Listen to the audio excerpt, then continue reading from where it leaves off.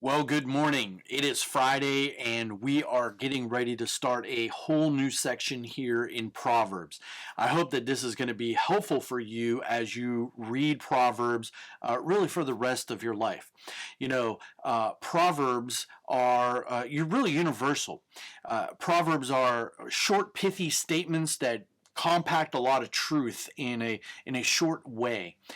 We have things like that. Actions speak louder than words. That it gives us a truth that we can say and understand. And though that's not in the Bible, it's an observation from life.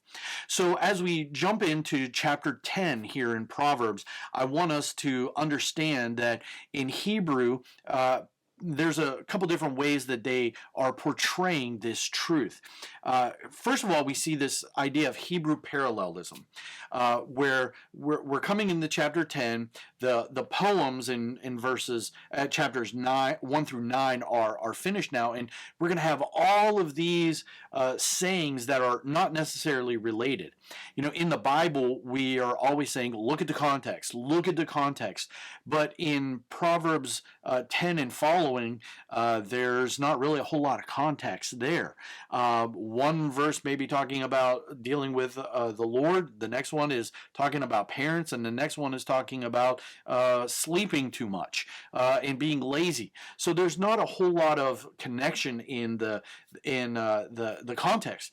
However, there are different kinds of proverbs, of parallelism that we can look at and see. So I want to share just four of them with you this morning, and then choose one that we're going to kind of look at and talk about. First of all, in just chapter 10, we see the parallelism of antithetical. Now, what we're talking about when we say parallelism, think of two train tracks. These are parallel, and so you're going to see these couplets in all of Proverbs from here on out, for the most part, where you have one line that is going to relate to another line. And the question is, how do these relate? So, for instance, what I said was antithetical. Let's look in verse 1 of chapter 10. A wise son makes a glad father, but a foolish son is a sorrow to his mother.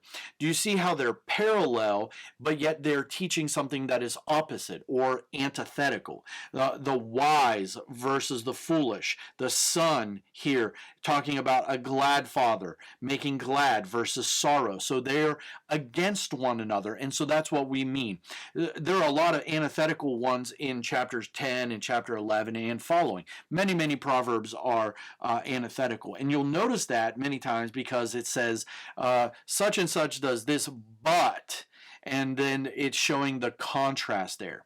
But if you want to flip over to chapter 16, for just a minute, we see also what we call a synthetic. Look at verse 3.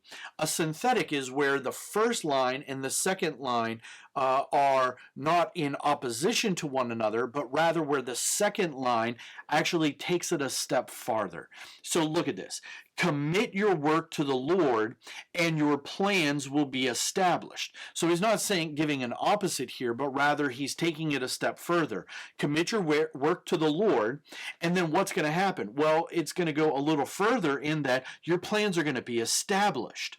We also have, look at verse 18, we have what's called synonymous, where the two parallel lines are virtually saying the same exact thing, only in a different way. So it's just putting it in a different way. So for instance, Proverbs 16:18, pride goes before destruction, and a haughty spirit before a fall. Here, pride is the same thing as a haughty spirit. Destruction is the same thing as a fall. So he's just repeating it, and he's doing that for emphasis' sake. If you want to look at chapter 17, verse 1, we have another form of parallelism where we have this thing called a better than.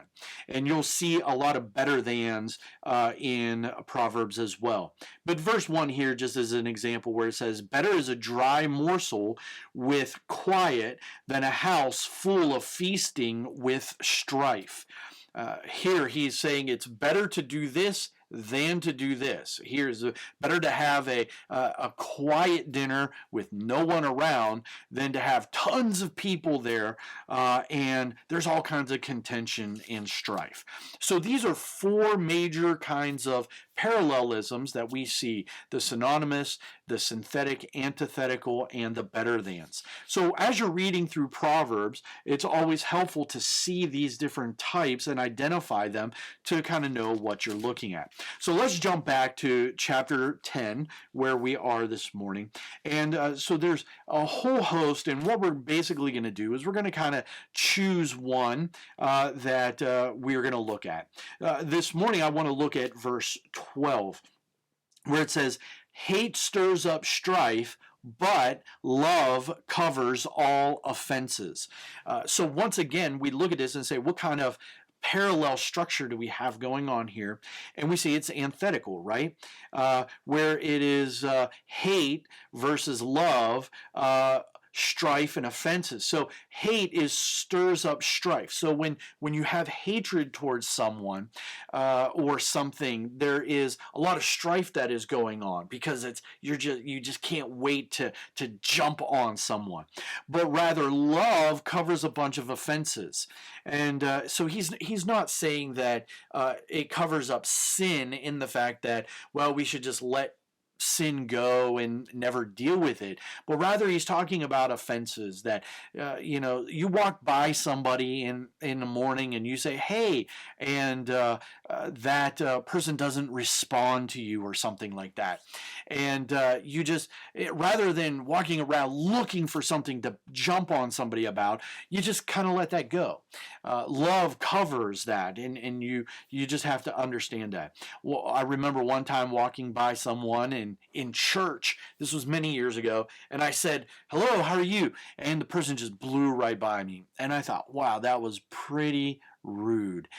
In actuality, what had happened is that person had just found out some tragic news regarding a friend, and if I would have harbored bitterness or anger or hatred towards that person, that could have really come back to show the wickedness in my own heart, that you need to respond to me.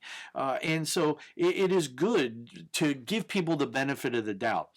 Peter quotes this verse in 1 Peter chapter 4, verse 8. So if you would turn there, where he says in verse 7, getting some context in 1 Peter here, "The end of all things is at hand, therefore be self-controlled and sober-minded for the sake of your prayers. Above all, keep loving one another earnestly, since," and here he quotes it, "love covers a multitude of sins."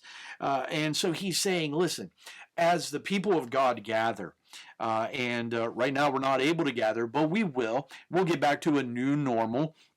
And when we do that, you're going to find quickly that in the church we get on each other's nerves. We do things, we don't always respond the right way. And truly there is sin that needs to be dealt with. But, a big part of it is this: just letting love cover a multitude of sins, a multitude of offenses. And just moving beyond that, forgiving one another, giving people the benefit of the doubt, and showing this. This is a proverb that we can understand and learn, and that we really need to apply to our lives and to the church.